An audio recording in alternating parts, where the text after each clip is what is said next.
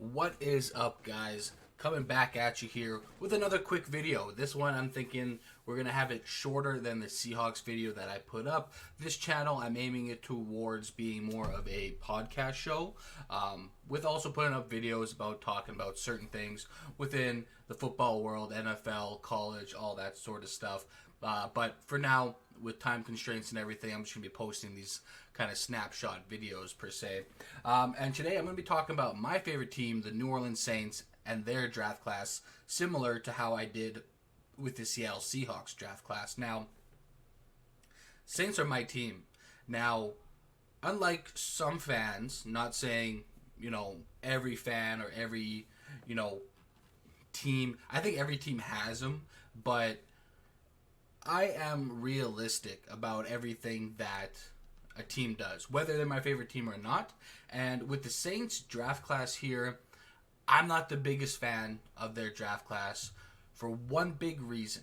And that reason was we gave away so much capital just to select these picks, right? Before the draft even started, a few weeks before the draft, we made the trade with the Eagles to send our first round pick this year, as well as a first round pick next year, and I believe a second round pick the year after that to acquire the Eagles' two picks in this draft, which was, I think, 16 and 19. And we were originally supposed to pick, I think, at 18. And just with that trade, I think it was a little much to give up to get these two picks. Granted, we did have some pretty big holes that we needed to fill. But in this draft class, there was a lot of receivers, just like the last draft class before this, and what's looking like to be the new thing for the NFL is a lot of good wide receivers coming into their draft. So we made that trade. I kind of understand it. I do think we gave up too much. First round pick next year makes sense. But essentially all we did was we moved up two picks from 18, and we acquired number 19 overall, and we gave up a first next year and a 2 the year afterwards. And if that was it, it wouldn't be such a big deal, I guess. But then we moved up from 16 to number 11 with the Washington Commanders. Moved up 5 spots, and we gave a third and a fourth round pick in return. When I can't remember the exact details off the top of my head, but the Lions moved from pick 32 to pick 12, moving up 20 spots in the first round with the Vikings, and they swapped seconds, and I think they gave them a third, where we move up 5 spots from 11 to 16 to draft Chris Olave. And how I feel that this went down, probably, knowing the Saints and their love for Ohio State players, is probably the Washington Commanders. They saw Drake London go at 8, and then they saw Garrett Wilson go at 10, and they're like, hey, there's only one other good Ohio State receiver. We would be okay getting him. However, I think we can get some good draft capital if we call up the Saints, and they're like, hey, Saints, do you guys want to move up and get Chris Olave? And then the Saints were like, who's Chris Olave? And then Washington responds, the Ohio State receiver. The Ohio State receiver? Yeah. We want him because he's Ohio State. Take a third and fourth. And they're like, okay. And then they made the deal happen. I feel like that's probably something along the lines of what happened. Now, with the run of receivers that went, right, London at 8, Wilson at 10, Olave at 11, and then I think at 12 was Williamson, 13 and 14 there wasn't. I think at 15... I can't remember if 15 was, but then 16 and 18 were also wide receiver selections. So, I don't know. The run was started, 2 guys in the top 10. The Saints, they just really wanted Olave. They didn't want to settle for that next guy like a Traylon Burks or a Jahan Dotson, that kind of guy. That's probably what it was, but I think had to be considered in there was the fact that he was an Ohio State guy, and the Saints didn't want to let him go. So, overall, we gave up this year our first round pick and a third and a fourth rounder, and first round pick next year and a second round pick the year after to get Chris Olave and Trevor Penning. Now, Chris Olave, I do think he is a good player. He's going to be wide receiver 1 if Michael Thomas isn't back, and he'll be wide receiver 2 if he is, because Marquez Callaway showed flashes again. I don't think that he can... I know... I feel Callaway is not a wide receiver 1. I feel like he maybe can become a wide receiver 2, but I think he's more suited to be a wide receiver 3 because he doesn't do anything. He doesn't have great speed, doesn't have great catching, doesn't have great jumping ability, great route running. He's just like well-rounded, not bad at anything, but not great at anything, where Michael Thomas is great at possessions, great at using his body to get the ball, and Chris Olave is a great speed guy, great deep threat. So I think that's going to suit the 1 and 2 spot. I also think Olave fits because of what we have in a Michael Thomas and a Marquez Callaway, and what we're really lacking is speed, and Chris Olave is speed. Now Jameson Williams has more speed, but doesn't have that injury concern with Olave that you do with Williams. So I like the selection. I just think we gave up too much to get Olave. I think he'll have a good impact for this team, not just year one, but for his career with the Saints. I like the pick. I think they gave it an A. I would give it a B simply because of what we all gave up to acquire Chris Olave. And then moving on to the next pick here, we got Trevor Penning. They have it listed as left tackle, Northern Iowa, because that's probably what they're going to do, because left tackle is our hole with Teron Armstead leaving in free agency. But I think what you can do is you can look at your team. Andres Pete, originally drafted as a right tackle, played that. Originally wasn't that great, kicked into guard, and has been a solid guard since then. And Ryan Ramczyk is an absolute monster at right tackle, one of the best right tackles in the league. You could experiment with moving those two pieces around if you think Trevor Penning would be better to start his career at guard or right tackle, something along those lines. But I think we might try and plug him in at left tackle. Now, I think the ceiling, the ceiling of a Trevor Penning is great, right? The athleticism, the physicality, it's all there. And that's kind of reminiscent of Teron Armstead. Was an athletic freak coming out of a small school. I think it was Arkansas Pine Bluff, and just obliterated the combine. And I don't really remember too much in his first couple years, but he's just been, when he's healthy, the best at left tackle, one of the best, but he's never played a full season.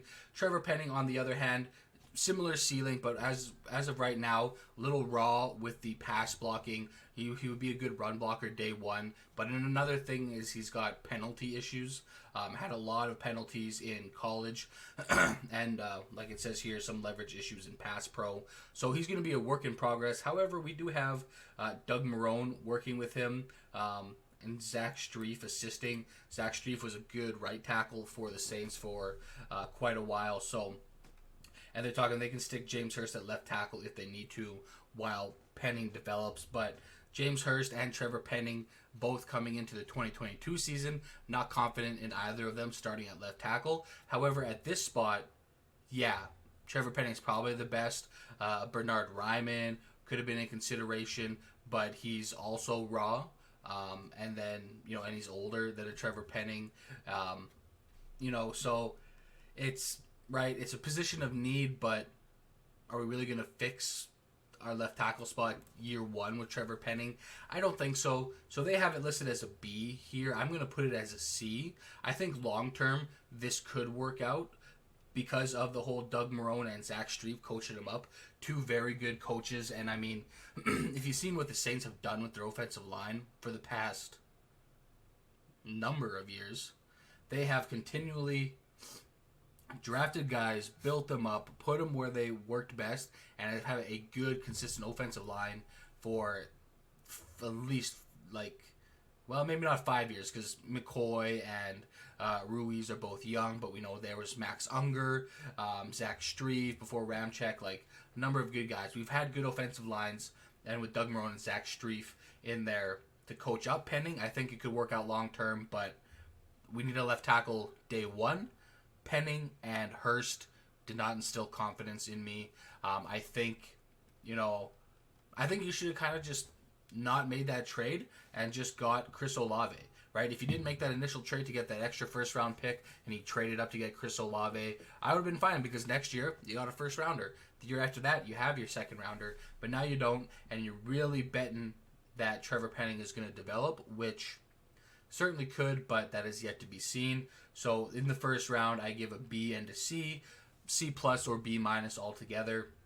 Um, Currently, I mean, I could see this being a lot higher with Olave developing, being a dominant wide receiver, Penning developing quickly, and being a dominant tackle for the Saints. But for right now, while our window is still open, it's a C plus B minus first round for me. And then in the second round, pick 49, they took Alontae Taylor, cornerback out of Tennessee. And I think in here, and something else I saw, that they have, he could be a better long-term fit at safety when we don't need safety with the Saints. Coming into this draft, still not as much, but because, you know, at that point we did have Marcus May, C.J. Gardner-Johnson as our slot in our safety spots, and now we signed Tyrann Mathieu. We don't need a guy to play safety. We need a guy to play cornerback, right? And Alontae Taylor, he's got the athleticism, and you see here he was drafted too early, everybody says, and that is true. However, the Saints gave up their third and fourth round pick, so this is going to be their last pick until the fifth round, pick 161. Odds are Alontae Taylor would not be on the board. And do you want to go with a guy like Alontae Taylor, or would you rather feel more comfortable in an upside of like a Tariq Woolen, Zion McCollum? There were other guys in there as well, but you know, Alontae Taylor can develop. He doesn't have to be great year one because you got Marshawn Lattimore. He can be on the one side locking guys down.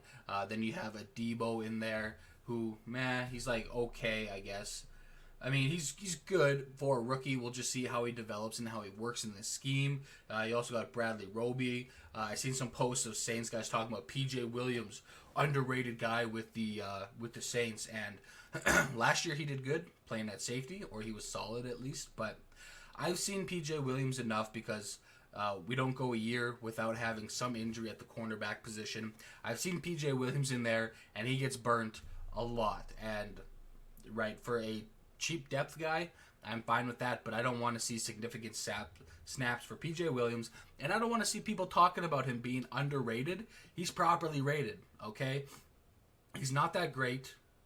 Gives up plays. He makes some plays, but he gives up more than he stops. So PJ Williams is whatever, okay? And Alontae Taylor, I think long term could become that, you know, boundary guy. If we look at his draft and combine, 6 foot 200. Good size for a guy on the edge.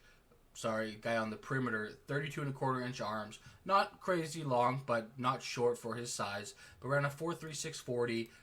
Very athletic, so a lot of upside in that. And Paulson Adebo, I think he projects better as a slot guy.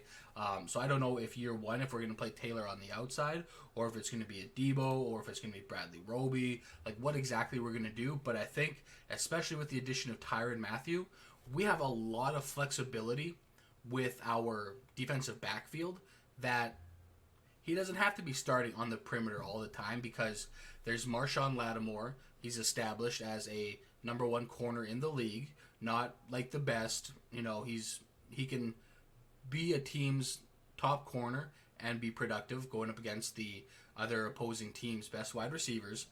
Then you have Marcus May at safety. You have Tyrann Mathieu at safety. C.J. Gardner-Johnson, who kind of plays that hybrid role, but I guess so does Tyrann Mathieu. Daniel Sorensen's in there, which don't put him in coverage, please, Saints. And then Paulson Adebo, Alontae Taylor, Bradley Roby. There's just a lot of, there's like the higher up guys, like a Lattimore, Marcus May, and Mathieu, that top tier. And then solid with the potential to be even better in an Adebo and a Gardner-Johnson and an Alontae Taylor, and then guys who are like good, kind of at their ceilings, you know, such as Bradley Roby, and you know what you're going to get with P.J. Williams and Daniel Sorensen. So I think we have the depth and the flexibility on our backfield to be able to just maneuver things around, put guys where we need to, and still have a fairly successful backfield. So they give it a C. I probably give it the same. I might be a little nice and give it a C+. Not the best corner in the draft, and he was drafted earlier than everybody expected, but we didn't have a third or fourth. By the time we got to the fifth round, what are we going to be left with for cornerbacks? And I think actually just shortly before our selection here of DeMarco Jackson, the Buccaneers selected Zion McCollum, which would have been awesome. I would have loved to have him. but it is what it is. Then yeah, no third or fourth rounder. Then the fifth round they got DeMarco Jackson out of Appalachian State, and what do they have him listed here?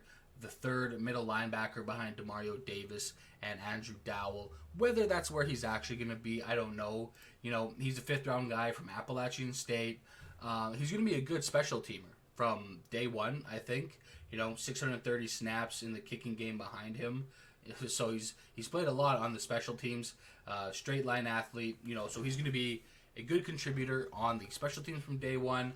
I don't really know much about his ceiling and projection of what he's going to do. But if you look at our linebacking core, Demario Davis, still really good. He might drop off this year just because of his age. He's like not getting any younger. But there's him and then Pete Werner, who a young up and coming guy. But then behind them, I mean, even Zach Bond starting on the other side, it's kind of whatever. And then Sharif Finch, Andrew Dowell, Caden Ellis. We needed depth at linebacker in case there was an injury or, you know, Demario Davis, maybe he doesn't have the stamina as much anymore and he needs to take more reps off. Then we can put in a DeMarco Jackson and have some play from him, right? So here they graded a B. I mean, I probably give it a B minus because at this spot you're not going to get a day one starter at like really any position. So we needed linebacker depth. I'm fine with that. I think what he's going to contribute year one is going to be more in the C ranking, but we just need the depth, boost our special teams. Why not go and get DeMarco Jackson? And then with our final pick in the sixth round, number 194, we get defensive tackle Jordan Jackson. They have him listed as an edge rusher, but in here they have him saying that he's probably going to be more of a defensive tackle. He's maybe the most athletic defensive tackle in New Orleans after David Onyemata. I mean, he went to Air Force. I don't really know I don't think he's going to be that good. But if you remember, like, how do they have it here? Do they even have him on here? Jordan Jackson. Okay, so they still have him listed as defensive end. But this is a guy who's going to contribute on the Saints year one, in my opinion, because if you remember a couple years ago, for like 2 years in a row, prior to like the salary cap just absolutely ravaging the Saints roster, about this past offseason partly, but then the offseason before that, the 2 years leading up to that offseason, the Saints had the best run defense in the league. For like 2 years straight, they didn't allow like a 100-yard rusher, or I think it was just shy of 2 years, but they went a number of games without allowing a 100-yard rusher because they had a great rotation of defensive linemen, right? Cam Jordan and Davenport off the edge, and then there was Rankins and Onyemata in the middle, and then they also bolstered that by having quality guys that they could just continue to rotate, keep everybody fresh, and there was guys like Shai Tuttle was part of it. Malcolm Roach, that big defensive tackle that used to be on the Patriots. I can't remember his name right now. Malcolm Brown, maybe that was his name. He was a defensive tackle here. They also had Carl Granderson as a rotational guy and Trey Hendrickson off the edge. So they just continually rotated these guys, kept them all fresh, and got production and stopped the run and was able to get after the quarterbacks as well. So I think Jordan Jackson is going to fit in there as well. And I think we got a very good rotation because you got Cam Jordan and Davenport off the edge. Probably going to be Davenport's last year with the team unless he can stay healthy for the entire year and show that step that he needs to take. But those two starting on the edges, and then you have guys like Peyton Turner, Tano Passanio, Carl Granderson, Taco Charlton, potentially Jordan Jackson. They could use him there as rotational guys just to keep him, healthy and stamina up. And then Shai Tuttle, David Onyemata, Malcolm Roach, Contavious Street, Albert Huggins, Jaleel Johnson, Braxton Hoyt. Those kind of guys are they're not as good as the depth guys the Saints used to have, but you're going to see a lot of playing time from all of these guys because of how Dennis Allen likes to rotate guys in and out and keep them healthy and keep their stamina up. So, I mean, they give it a B. I'd probably go, again, a B minus just because edge out of Air Force, Don't really know how good he's going to be. We're going to see, though. We're going to see year one how good he could be because he is going to play in those rotations. So I would give that a B minus. And overall, I give the Saints draft probably a C plus, because we gave away so much and we didn't get a whole lot in return. Chris Olave is the main guy, right?